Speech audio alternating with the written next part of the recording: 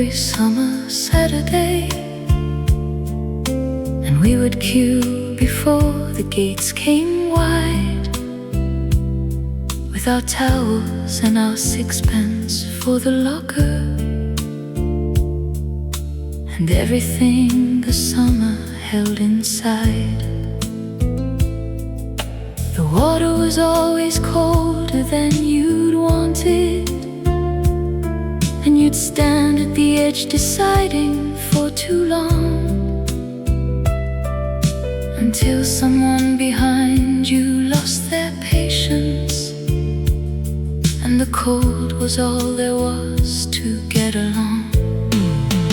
Oh, the Lido in the summer of being young. Oh, the cold water and the sixpence and the queue. Oh, the particular Saturday of everything beginning. Oh, the Lido and the summer and the you. We'd stay until our fingers were completely done, and changing the cold cubicles back to dry, and walk home in the evening slightly sunburned, without particularly knowing why. Oh, the Lido in the summer of being young. Oh, the cold water and the sixpence and the queue. Oh, the particular Saturday of everything beginning. I'd queue again all morning just to find you.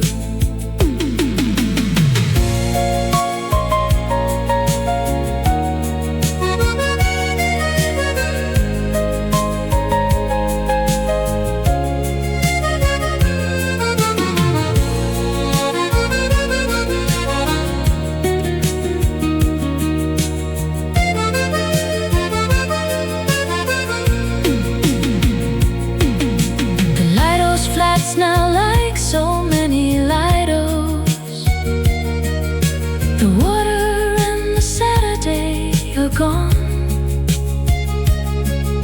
but somewhere in the summer heat I feel the queue, and the cold and the sixpence carrying on.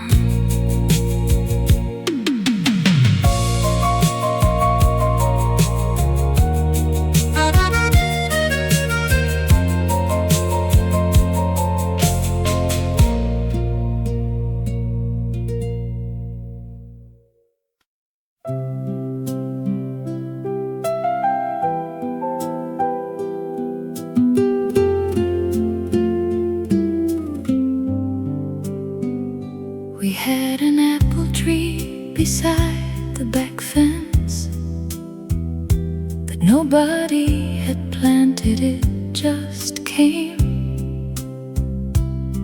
And every autumn it would give us something, without asking anything or keeping game. You'd pick them in the morning before breakfast, and leave them in a bowl beside the sink, and I would find them there and not say anything, just take one and not stop to think. The things that come without our planting them, the things that give without our asking why, are sometimes the most generous of all the givings. The apple tree that came from someone's sky.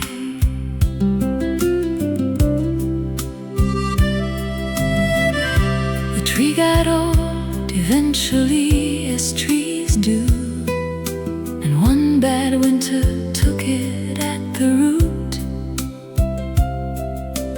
spring came round, and where the tree had been was just the gap of everything it put. The things that come without our planting them, the things that give without our asking why. I look for apple trees in every garden and feel the morning bowl and morning sky.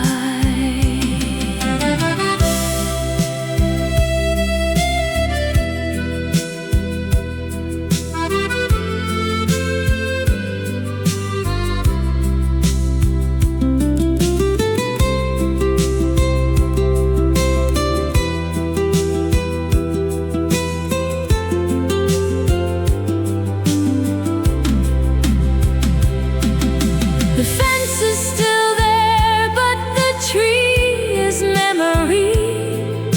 And autumn comes around without the fruit. But somewhere in the season, I still reach for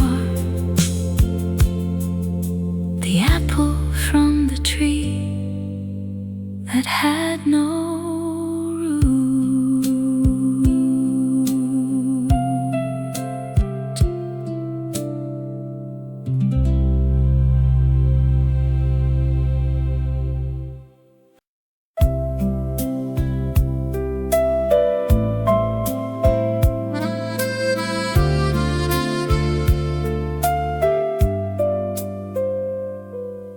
My mother made a roast on every Sunday.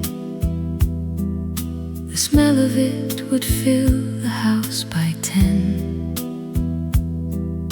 And we would all come home for Sunday dinner, no matter where the week had taken us and when. The table would be set by 12 precisely, the good plates out, the ordinary ones away. And we would sit and argue about nothing, and eat too much and stay the afternoon away. Come home for Sunday, come home for the table, come home for the smell that fills the stair. The Sunday joint was never just the eating, it was the proof that everyone was there. She'd send us home with something in a container. Whatever had been left, she'd portion out, and we would carry it back to our own kitchens and eat it Monday, knowing what it's about. Come home for Sunday, come home for the table, come home for the smell that fills the stair. I cook a roast myself on certain Sundays and feel her in the kitchen standing there. She's gone now, and the table has been divided between the ones who wanted it and those. But Sunday still arrives with its particular, and something in the oven always goes.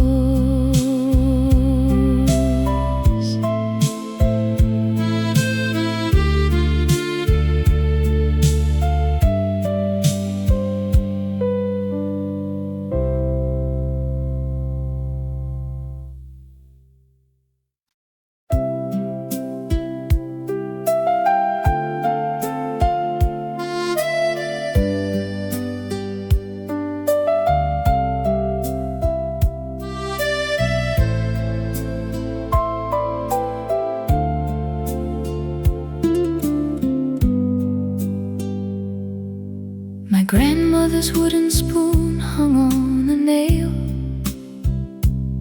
beside the stove for 40 years or more, and had been used for everything that needed the particular kind of stirring it was for. She'd take it down with the same movement always, a reach without looking that said everything about the long relationship between a person and the object that has been their constant thing. The things we reach for without looking anymore, the things our hands remember without thought, are the truest things about the life we're living. The knowledge that the body has been taught.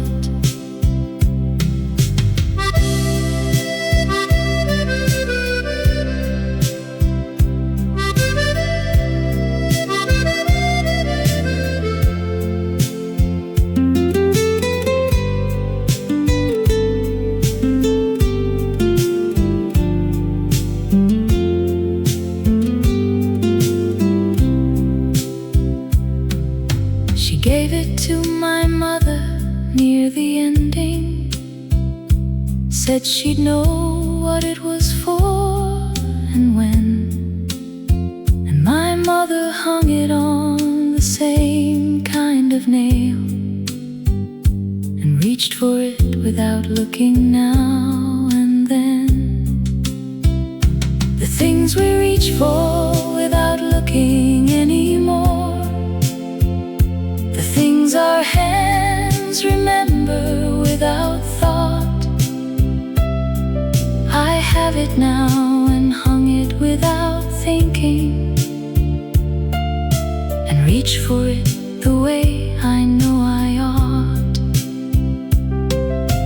3 generations and the same old spoon, still warm from all the stirring it has done. And when my hand goes up without my looking, I feel them all the way the spoon is hung.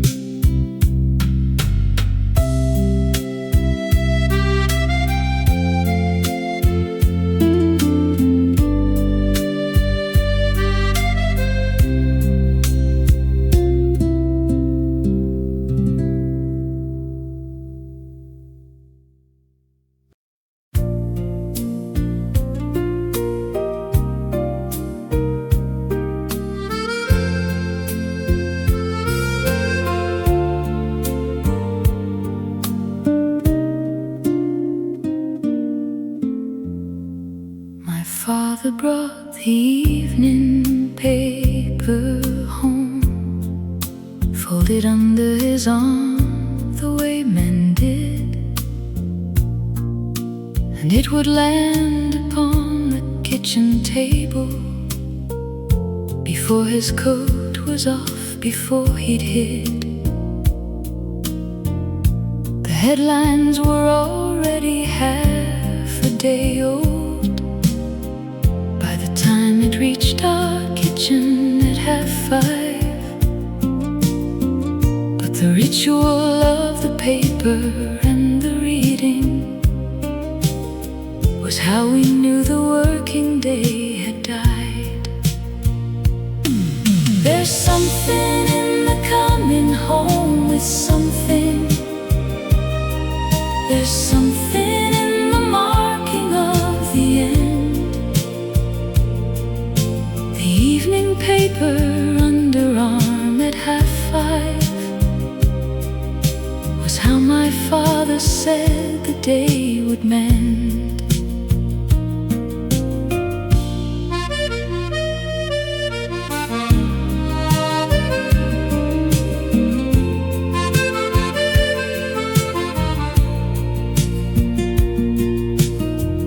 He'd sit with it barely speaking, and we had learned to leave him to his page. And by the time the dishes had been sorted, he'd fold it up and put away the age. There's something in the coming home with something. There's something in the marking of the end. I mark my days with something small and certain, and feel my father folding round the bend.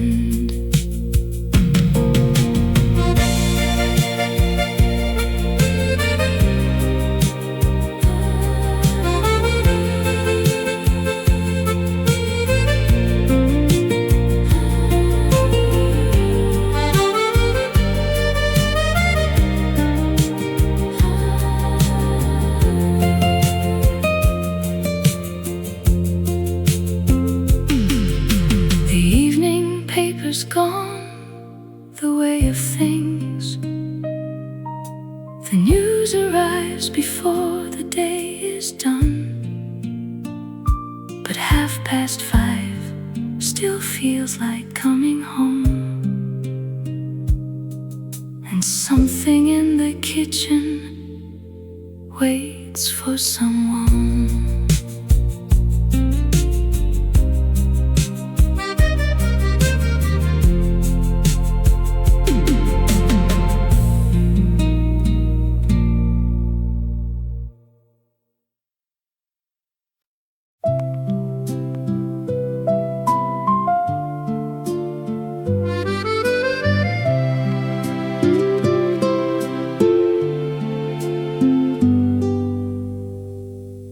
The village green had a bench beside the oak, where the older men would sit on afternoons and put the world to rights in their own manner, without the world particularly tuning in. My grandfather was one of them on Tuesdays. He'd walk down with his stick and take his place, and I would sometimes sit beside him quietly and learn the world by watching from that space. There's a particular wisdom in the sitting. There's a particular knowledge in the bench.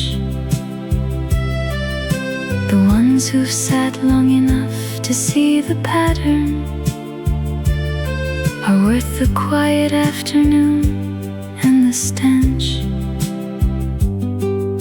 He'd point out things I hadn't noticed passing, the way the light came different through the oak, the particular lean of the church tower eastward, the things that stay when everything is spoke. There's a particular wisdom in the sitting.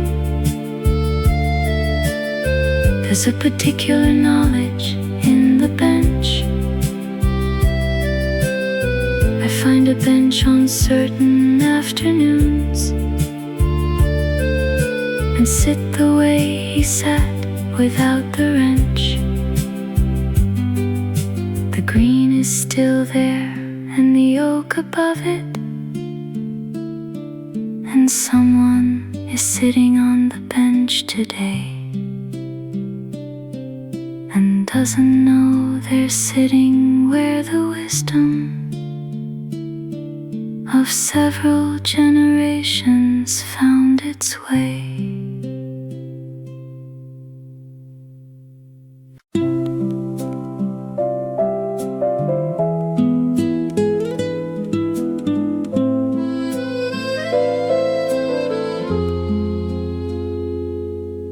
We rented that house for 2 years in were supposed to be our best, and made it ours with pictures and with habits, and left it better than we'd found the rest. The landlord was a man we never met. We sent the rent and he sent back the silence, and in between we lived as if we owned it, with all the particular owners' reliance. The houses that we rent we love the hardest. The houses that we rent we make our own, because the knowing that it isn't keeps you present in the way that own things rarely make you known. We left it on a Saturday in November and handed back the key without a ceremony, and drove away with everything we'd brought there, and left behind 2 years of our own story. The houses that we rent we love the hardest. The houses that we rent we make our own. I drove past it not long ago quite slowly, and saw the light on in the room we'd known.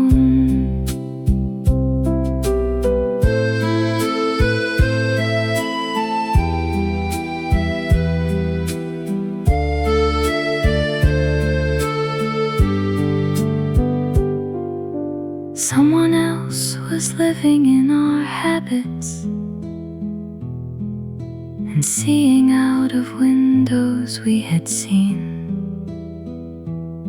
And I hope they love it with the renters loving, and make it theirs the way we'd always been.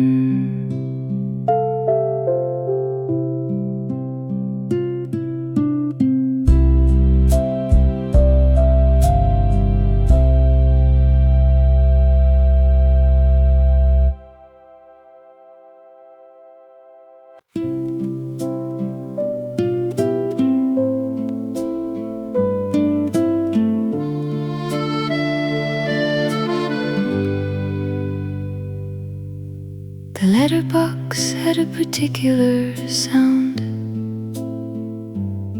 a metal snap that meant the morning had arrived, and I would hear it from wherever I was sleeping, and know another ordinary day had survived. You'd be the one to get there first most mornings, already up and dressed while I was not, and you'd sort through and leave mine on the table, and take yours to wherever you had got. There's something in the sound of morning arriving.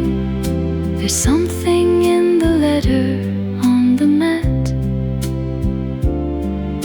the metal snap of something being delivered is how the world says here and this and that. I live somewhere with a different kind of entry now,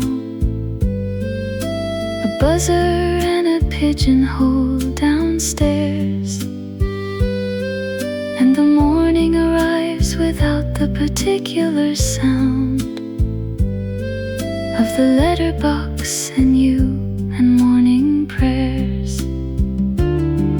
There's something in the sound of morning arriving.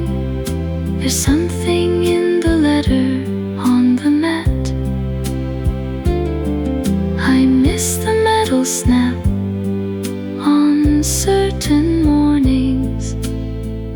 then I would have thought I'd miss all that.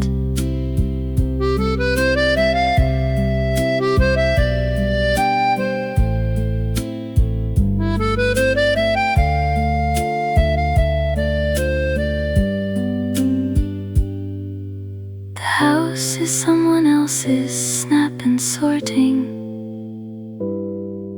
and someone else is leaving someone's mail. But somewhere in the morning when it's quiet,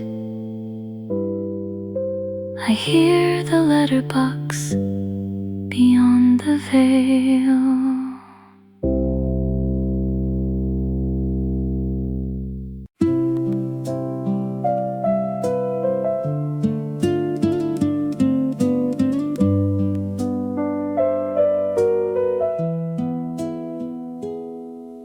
I drove back through the old neighborhood last autumn, not for any reason, just the way that certain roads present themselves on certain unremarkable and ordinary days. The chip shop's gone, and so is the newsagent, and something new has opened where the bank was, and all the things that made the street familiar are mostly replaced by what the present has. And yet the street itself is still the street. The shape of it, the way the corner turns, and something in the bones of a familiar road stays past whatever changes and what burns. I slowed outside the house without intending, and saw the light on in the upstairs room, and felt the years compress into a moment, the way that streets can press against the gloom. And yet the street itself is still the street. The shape of it, the way the corner turns. I drove away before I sat too long, and let the ordinary road do what it earns.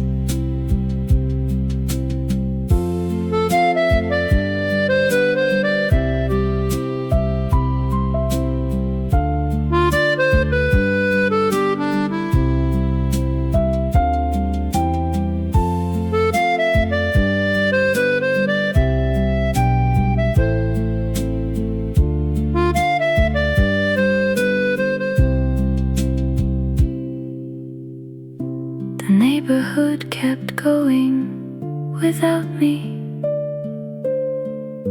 the way that places do without their people. And I kept going too, which is the bargain between a life and all its former steeple.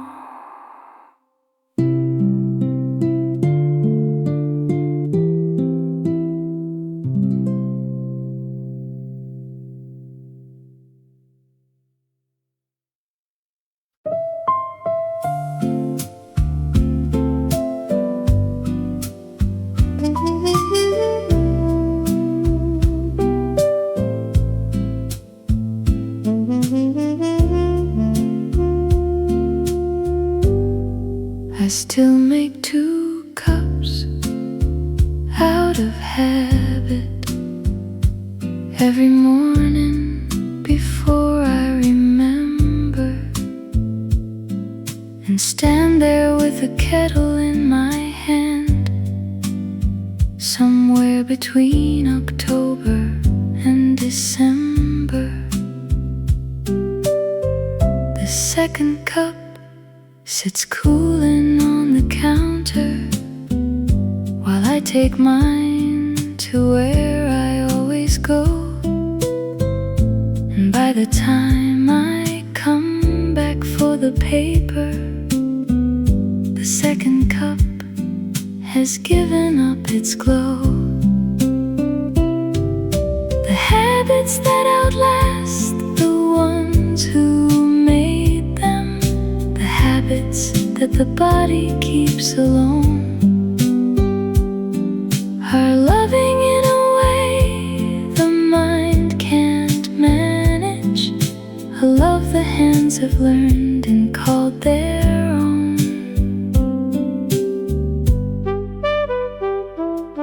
I've thought about the making of just one cup, and every morning get as far as trying, but something in the reaching for the second feels too much like a particular dying.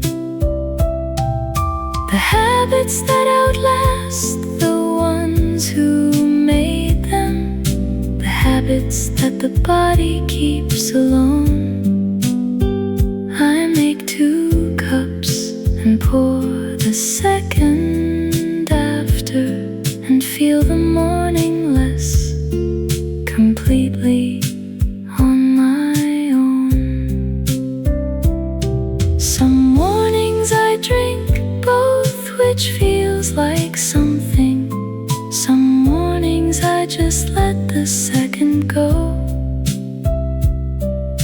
And either way the kettle fills for 2 cups, because the hands remember what they know.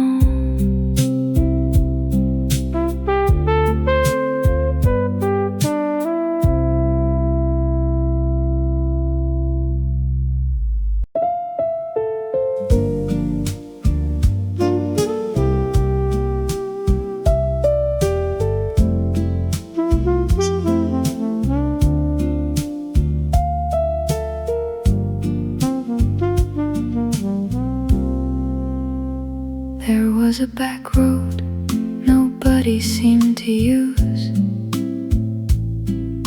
that cut between the village and the hill, and we discovered it entirely by accident, and kept it to ourselves like something still.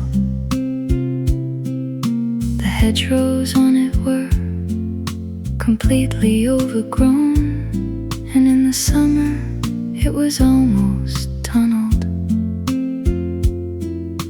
and everything about it felt selected for the 2 of us and nobody who'd funneled. Some roads are meant for only certain people. Some roads reveal themselves to those who look. The back road was our road in the particular, the way a place can be a private book.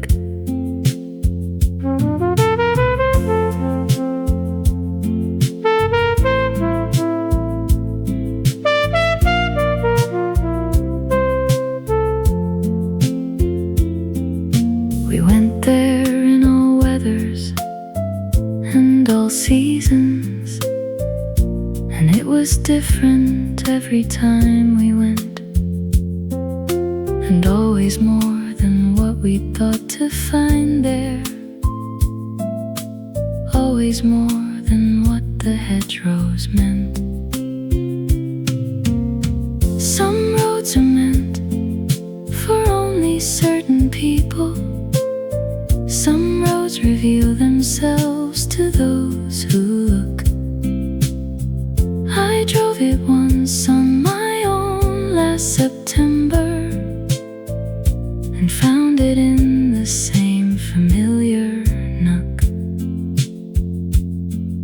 The hedgerows overgrown, the same as always. The tunnel of the summer still intact, and I drove through it slowly in the autumn and felt the road remember and come back.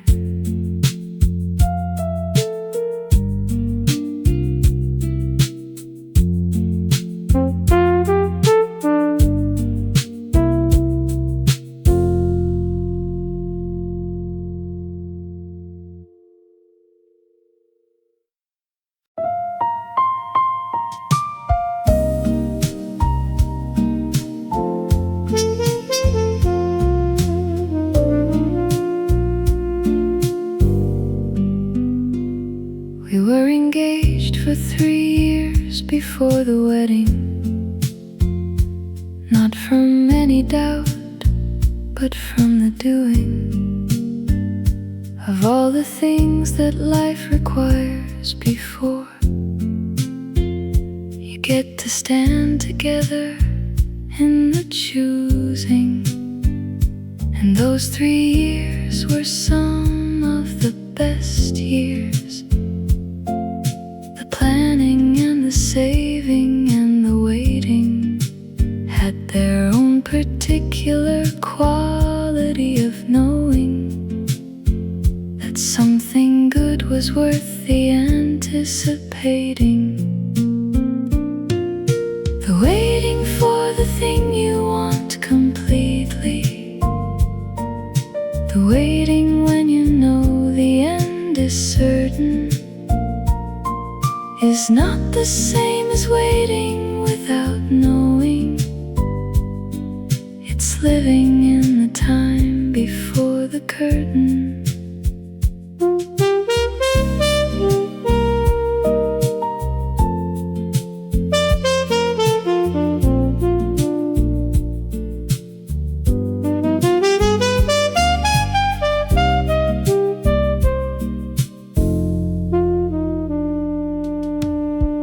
We talk about it in the ordinary evenings, the small decisions that a life requires, and feel the future coming slowly toward us, and tend it like a thing that needs its fires. The waiting for the thing you want completely, the waiting when you know the end is certain, is its own kind of living worth the having before the rising of the final curtain. We married on a Saturday in April, and all the waiting gathered in that day. And everything we'd planned in all those evenings arrived exactly in its own good way.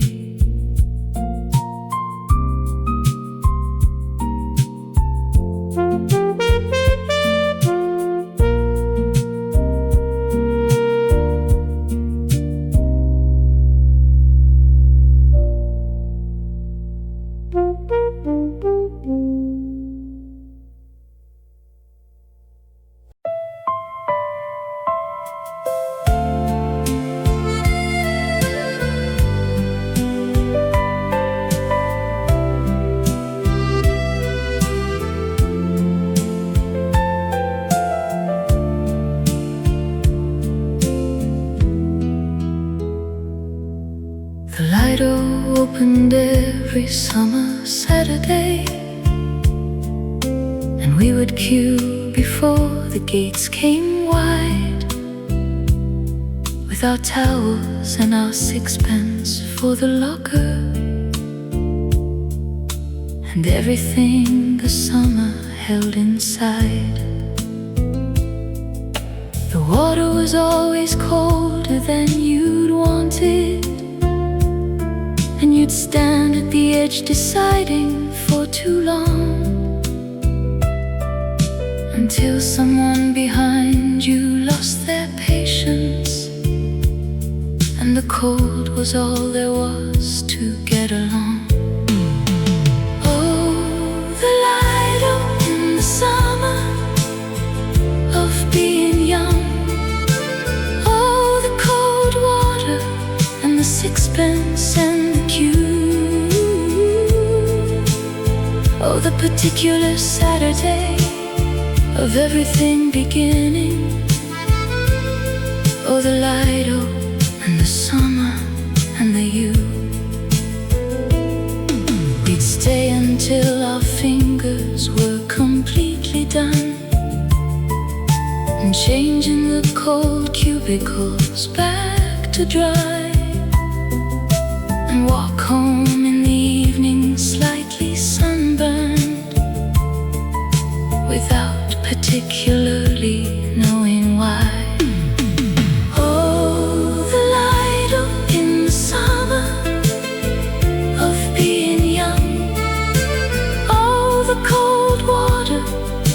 Sixpence and the cue. Oh, the particular Saturday of everything beginning. I'd queue again all morning just to find you.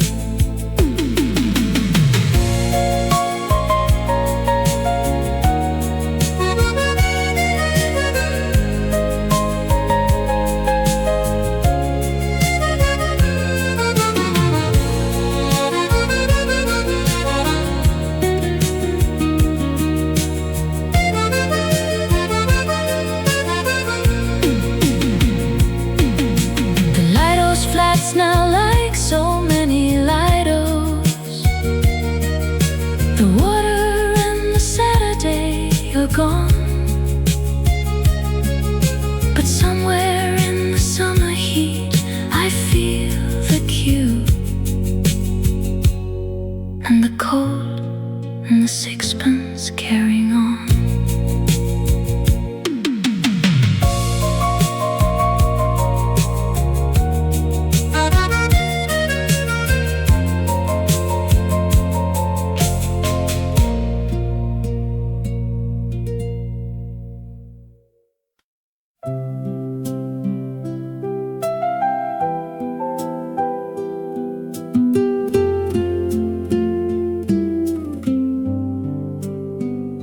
We had an apple tree beside the back fence, but nobody had planted it, just came. And every autumn it would give us something, without asking anything or keeping game. You'd pick them in the morning before breakfast, and leave them in a bowl beside the sink. And I would find them there and not say anything, just take one and not stop to think. The things that come without our planting them, the things that give without our asking why, are sometimes the most generous of all the givings. The apple tree that came from someone's sky.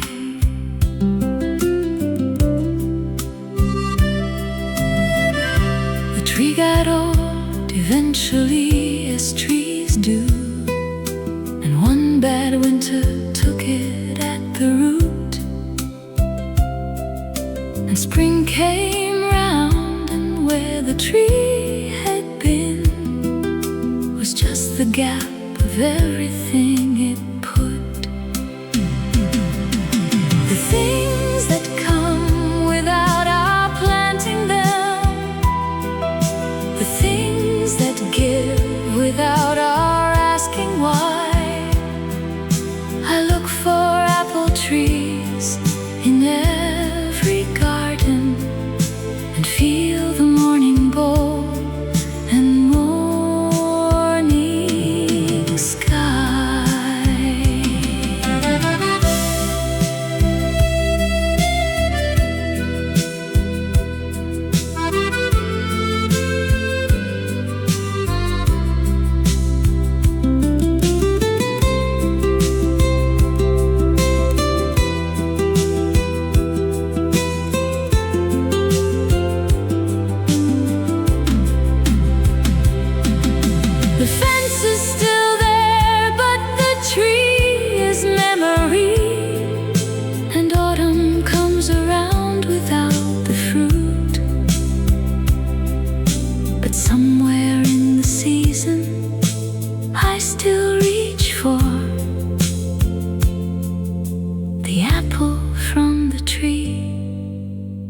that had no root.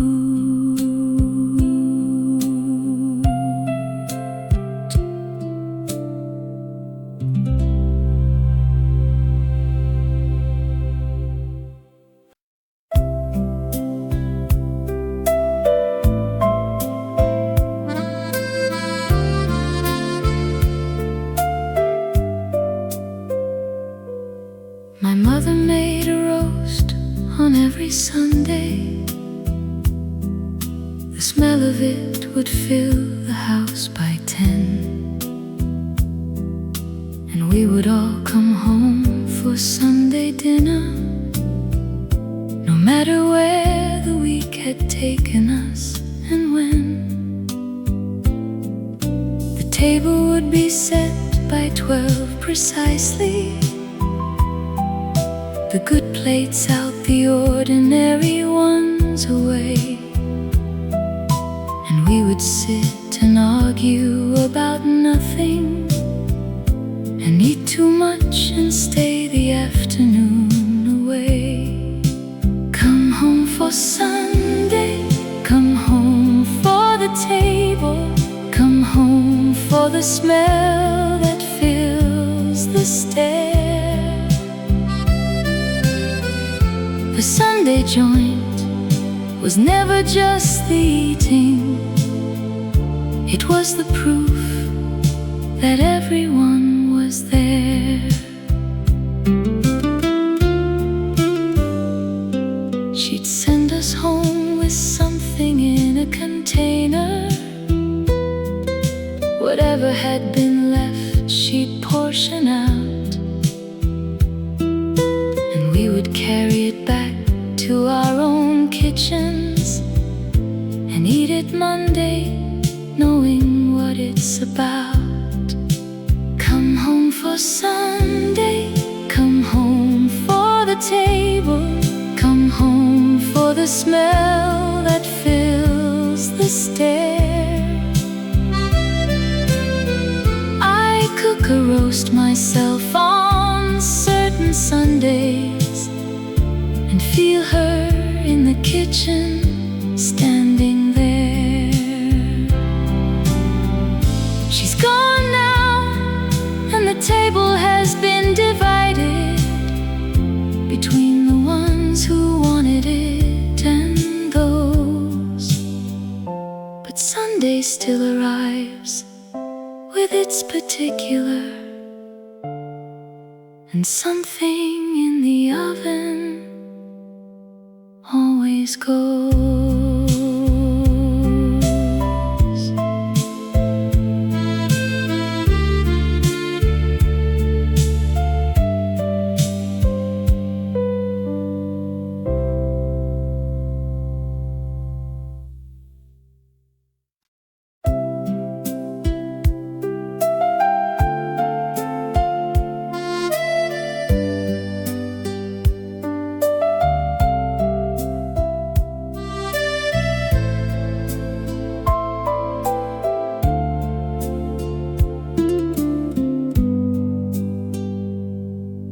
My grandmother's wooden spoon hung on a nail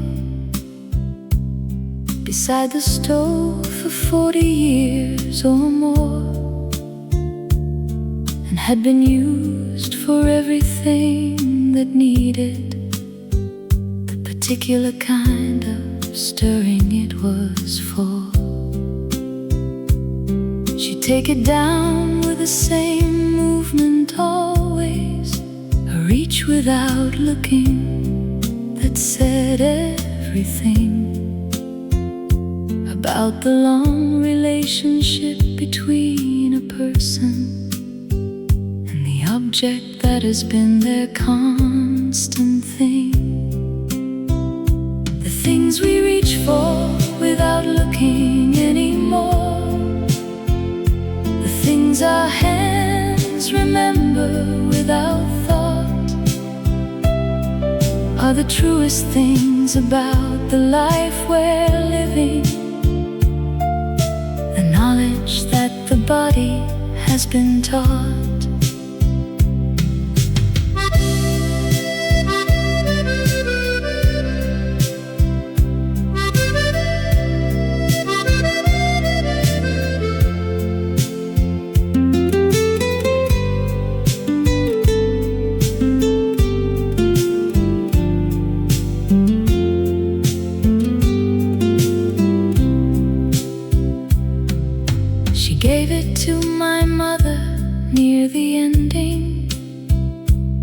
said she'd know what it was for and when. And my mother hung it on the same kind of nail and reached for it without looking now and then. The things we reach for without looking anymore, the things our hands remember without thought. I have it now and hung it without thinking, and reach for it the way I know I ought.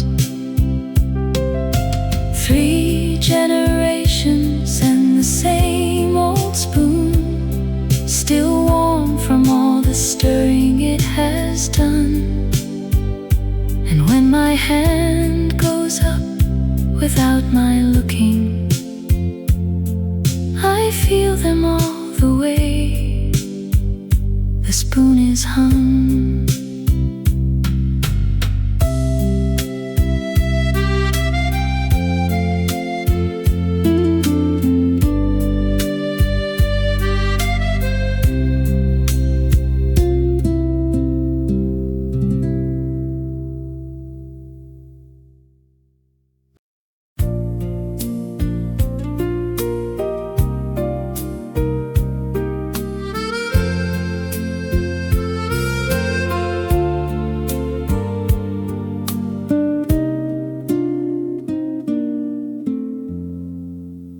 Father brought the evening paper home, folded under his arm the way men did,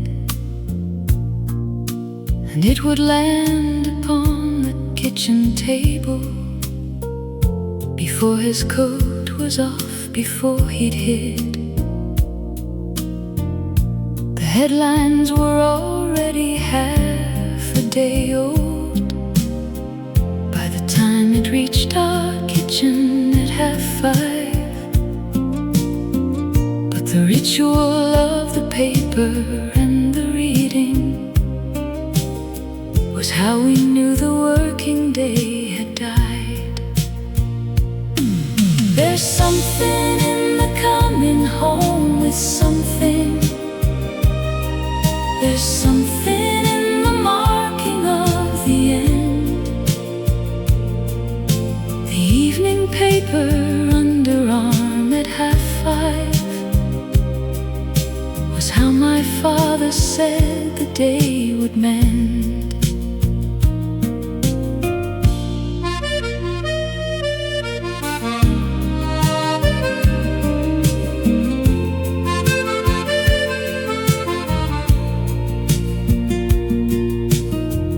He'd sit with it through dinner, barely speaking, and we had learned to leave him to his page. And by the time the dishes had been sorted, he'd fold it up and put away the age. There's something in the coming home with something. There's something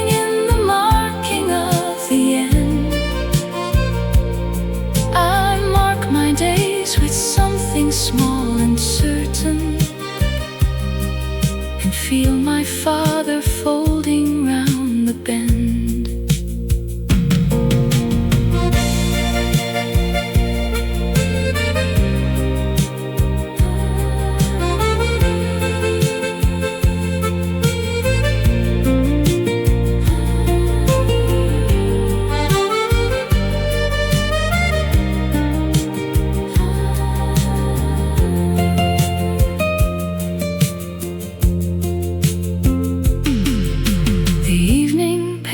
Gone the way of things.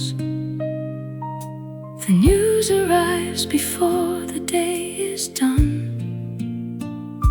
but 5:30 still feels like coming home. And something in the kitchen waits for someone.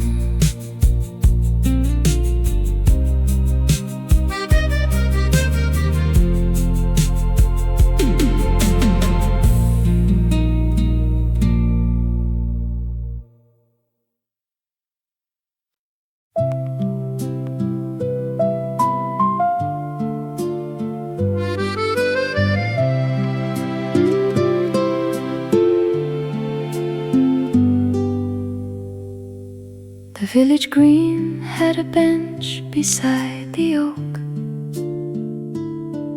where the older men would sit on afternoons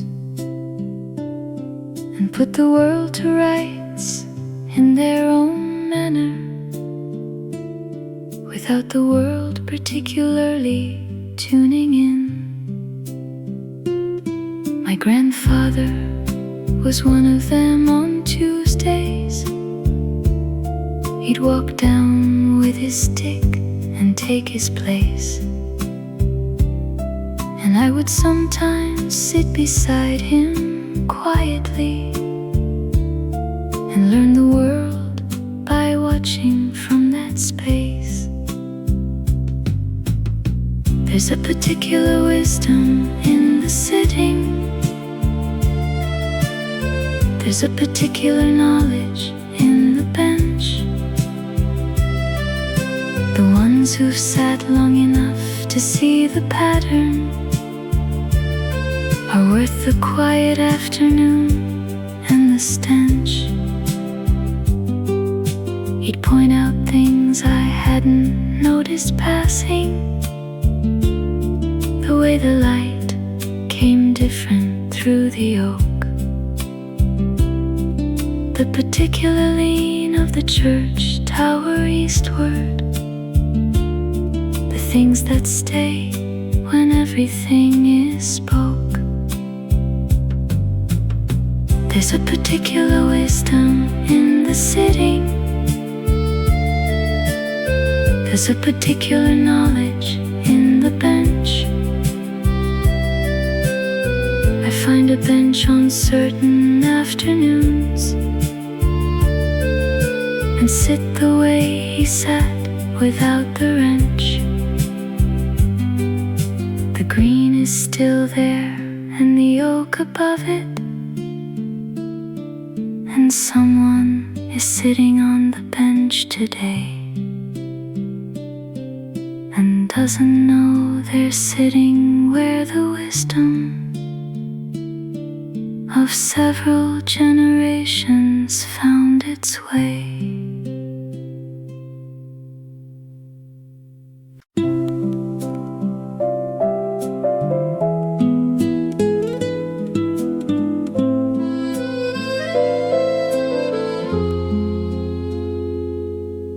We rented that house for 2 years in the middle of the years that were supposed to be our best, and made it ours with pictures and with habits, and left it better than we'd found the rest.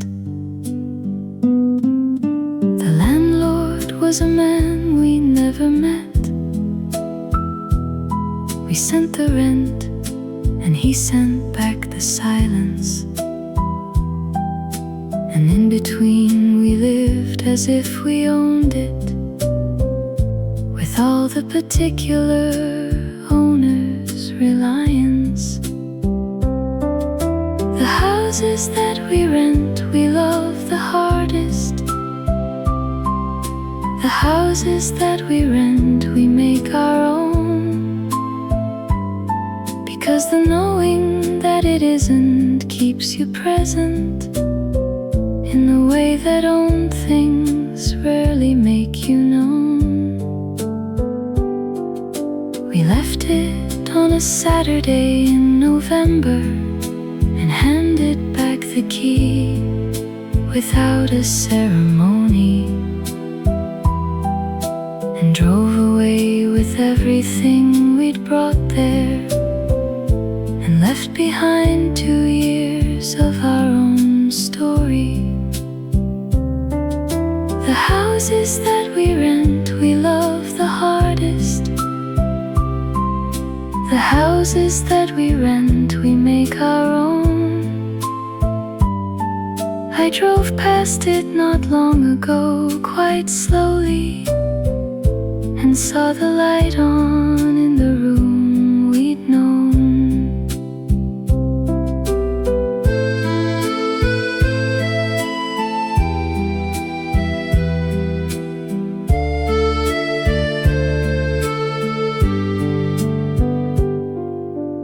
Someone else was living in our habits and seeing out of windows we had seen. And I hope they love it with the renters loving and make it theirs the way we'd always been.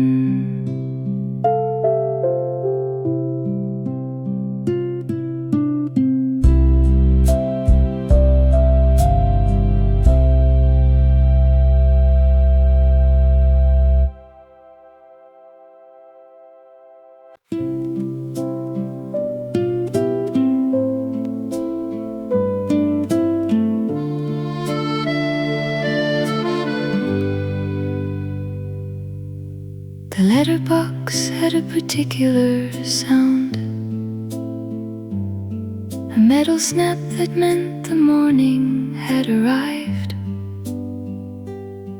And I would hear it from wherever I was sleeping, and know another ordinary day had survived.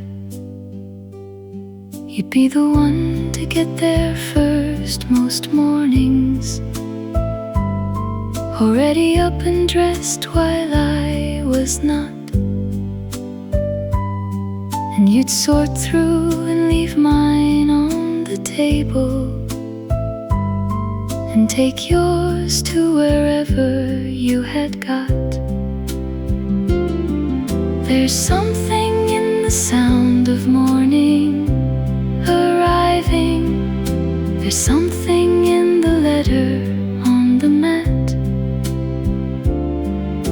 the metal snap of something being delivered is how the world says here and this and that.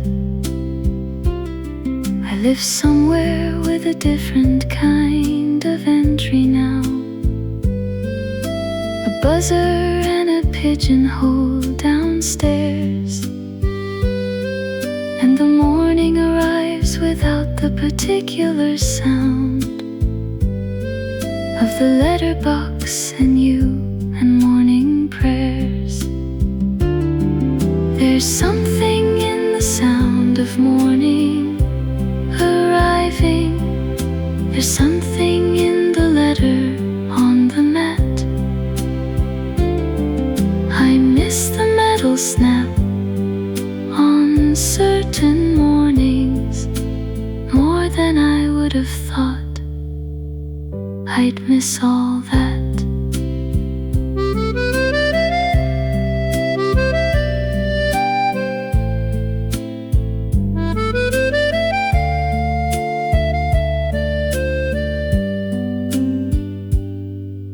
The house is someone else's snap and sorting,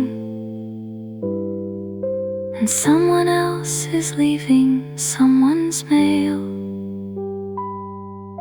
But somewhere in the morning when it's quiet, I hear the letterbox beyond the veil.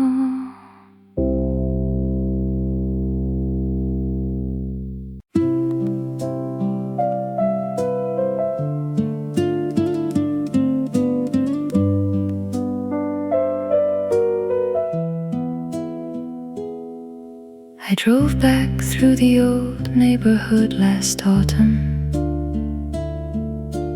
not for any reason, just the way that certain roads present themselves on certain unremarkable and ordinary days. The chip shop's gone, and so is the newsagent, and something new has opened where the bank was, and all the things that made the street familiar are mostly replaced by what the present has. And yet the street itself is still the street, the shape of it, the way the corner turns, and something in the bones of a familiar road stays past whatever changes and what burns. I slowed outside the house without intending and saw the light on in the upstairs room, and felt the years compress into a moment, the way that streets can press against the gloom. And yet the street itself is still the street, the shape of it, the way the corner turns. I drove away before I sat too long and let the ordinary road do what it earns.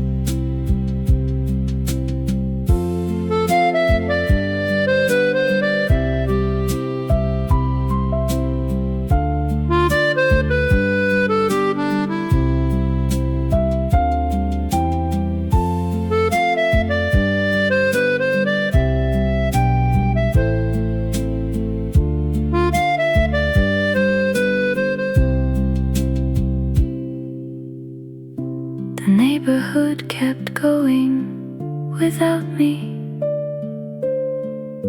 the way that places do without their people. And I kept going too, which is the bargain between a life and all its former steeple.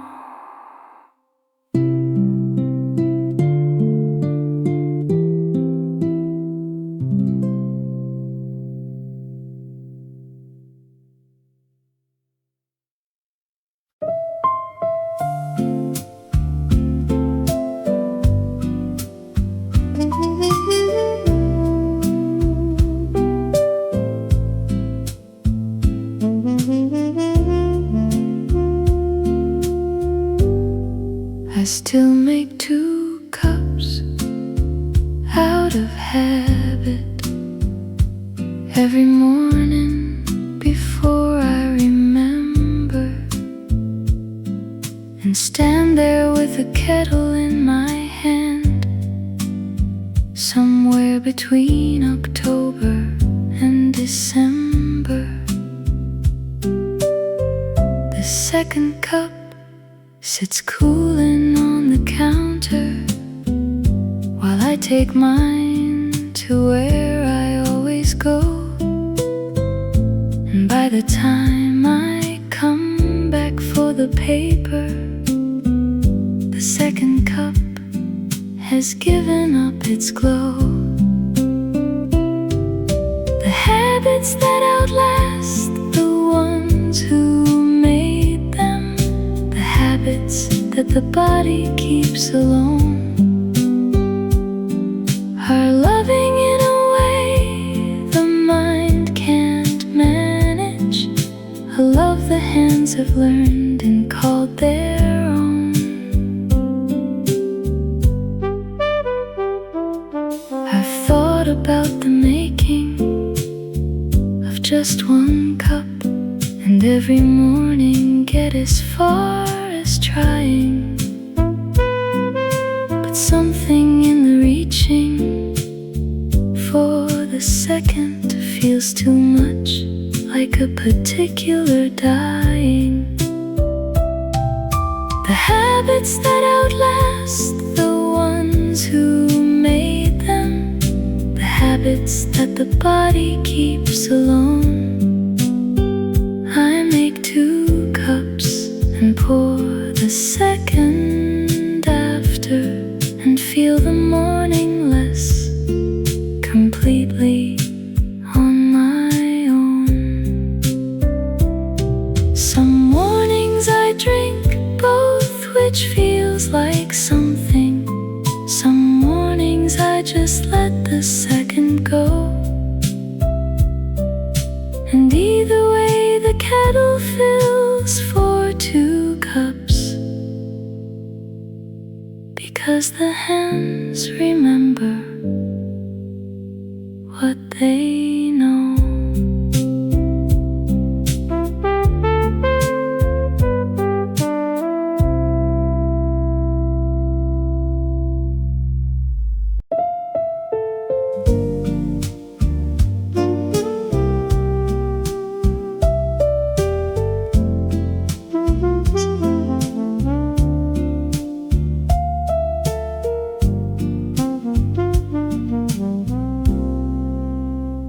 There was a back road nobody seemed to use that cut between the village and the hill, and we discovered it entirely by accident and kept it to ourselves like something still. The hedgerows on it were completely overgrown, and in the summer it was almost tunneled, and everything about it felt selected for the two of us and nobody who'd funneled. Some roads are meant for only certain people. Some roads reveal themselves to those who look. The back road was our road in the particular, the way a place can be a private book.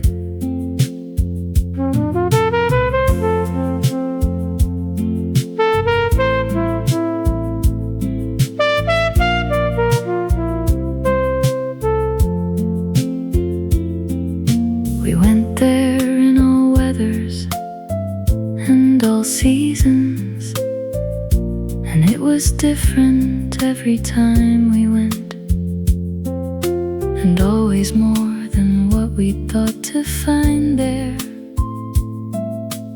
always more than what the hedgerows meant. Some roads are meant for only certain people. Some roads reveal themselves to those who look. I drove it once on my own last September and found it in the same familiar nook. The hedgerows overgrown, the same as always. The tunnel of the summer still intact, and I drove through it slowly in the autumn and felt the road remember and come back.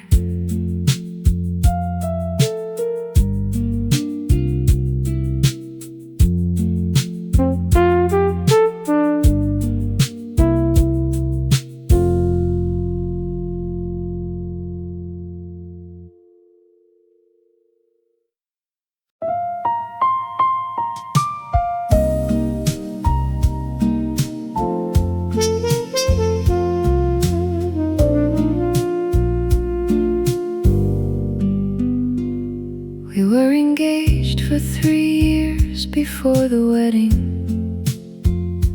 not from any doubt, but from the doing of all the things that life requires before you get to stand together in the choosing. And those 3 years were some of the best years. The planning and the saving and the waiting had their own particular quality of knowing that something good was worth the anticipating. The waiting for the thing you want completely, the waiting when you know the end is certain, is not the same as waiting without knowing. It's living in the time before the curtain.